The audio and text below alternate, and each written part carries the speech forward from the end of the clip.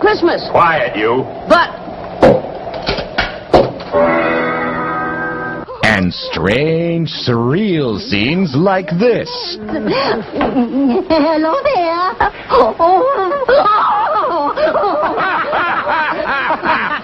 And if all that's not enough, Santa Claus Conquers the Martians also has a young Pia Zadora in her film debut as Gurmar, the girl Martian. The doll has a teddy bear's head, and the teddy bear has a doll's head.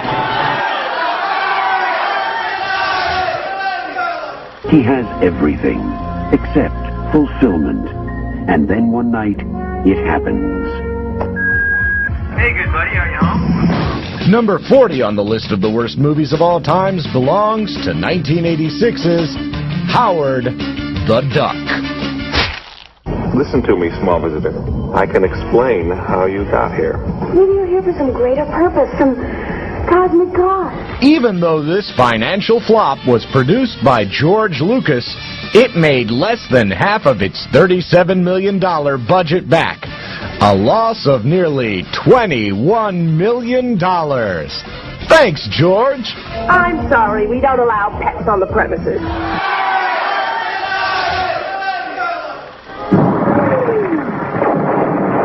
At the end of World War II, Nazi officials removed the head of Adolf Hitler and sent it to a remote location until the Third Reich was ready to again attempt to rule the world. Now, depending on which section of They Saved Hitler's Brain you watch, that time could be 1961, when the last half of the film was shot, or 1968, when the first half of the film was made. I suppose you've seen this. Yeah, the papers are having a field day with this one. A solid 7-year gap between the end and the beginning. At one moment, we're enjoying the playful banter between secret agents. Look, I appreciate your enthusiasm. Well, I don't appreciate yours. You know, it's not very pleasant having to pull rank on you all the time. You're telling me. And we were getting along so well. Let's keep it that way, huh? And seconds later, the film quality switches. New characters come into play. And we don't see our mustachioed secret agent and his portly partner again until the editor carefully splices the two films together. Hold it. In the car. Come on, move. Quick.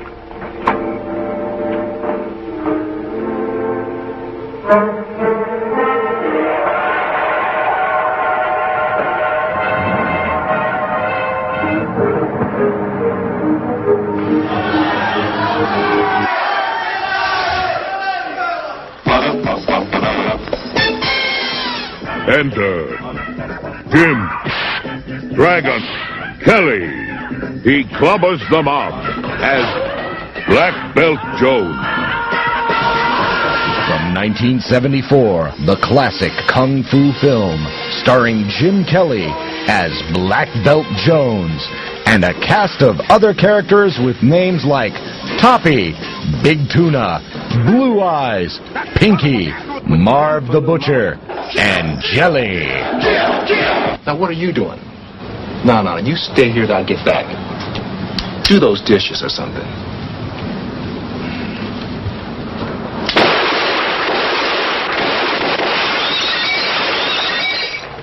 They're done.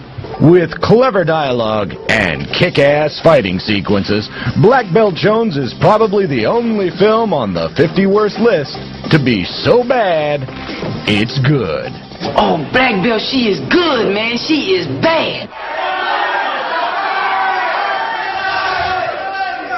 Greetings, greetings, greetings.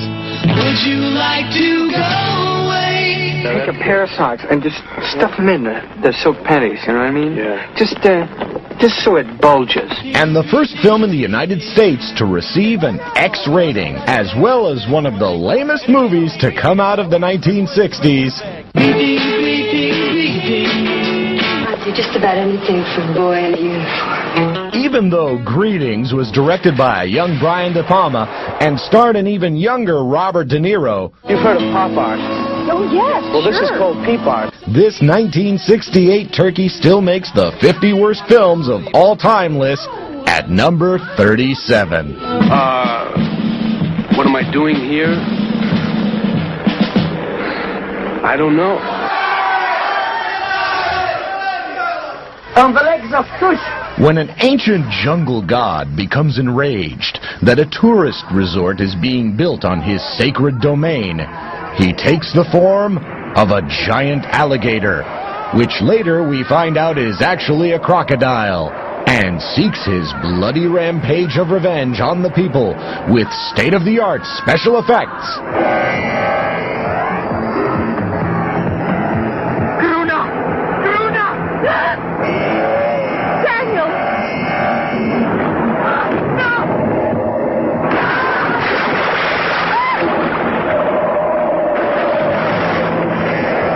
It's up to a photographer and the resort owner's foxy assistant to save the day. This is my most valuable assistant. Welcome. From 1979, The Great Alligator, which really should be called The Great Crocodile, but it's not. It's The Great Alligator.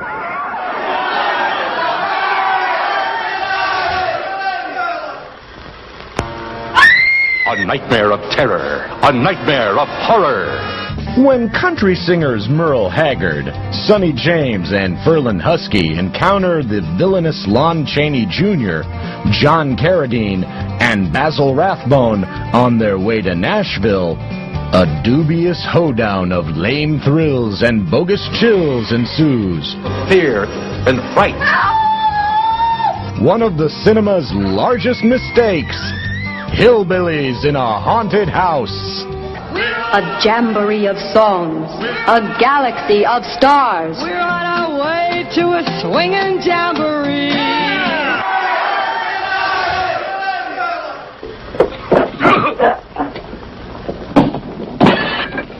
You want it flat? You got it flat. If you were pleasantly surprised by Black Belt Jones, then you'll be pleasantly repulsed by TNT Jackson.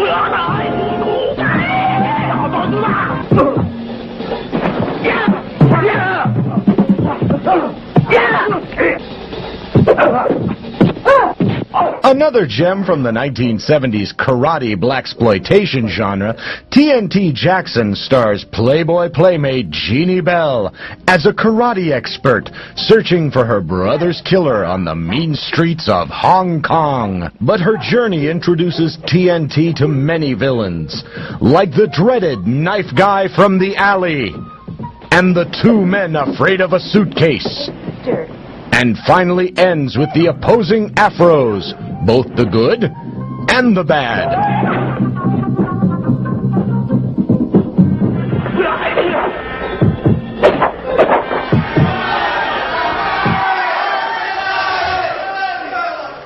With the swiftness of a deadly cosmic ray, the Earth is invaded by indestructible moon monsters. Their ghastly mission, death for all humans. Robot Monster is so atrociously bad that soon after its release, the movie's director, Phil Tucker, attempted to kill himself with a gun. He missed. Mankind. Robot Monster brings you an actual preview of the devastating forces of our future. Unsuspected revelations of incredible horrors that will terrify you with their brutal reality. Released in 1953 in 3D, Robot Monster utilized not only the terror and fright instilled by bubble machines, but also the macabre realism of an alien in a gorilla costume with a diver's helmet. There is no escape from me. Very well. I will recalculate. Your death will be indescribable. Fool humans, there is no escape. Hero astronaut Stephen West returns from outer space. His body is melting at an increasing rate. To survive, he must get human cells. He is the incredible melting man. Even though future Oscar winner Rick Baker designed the special effects for The Incredible Melting Man, this 1977 gem still makes the 50 worst list at number 32. They're running out of